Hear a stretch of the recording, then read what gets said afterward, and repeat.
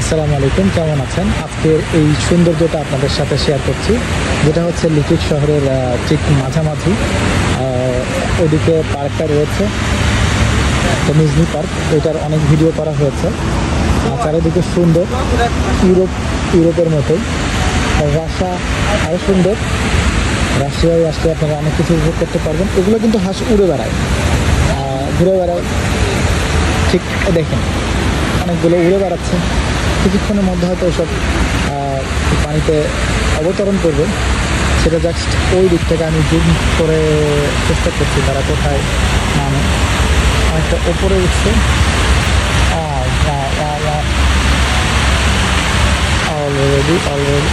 Already এখানে একটা করলো।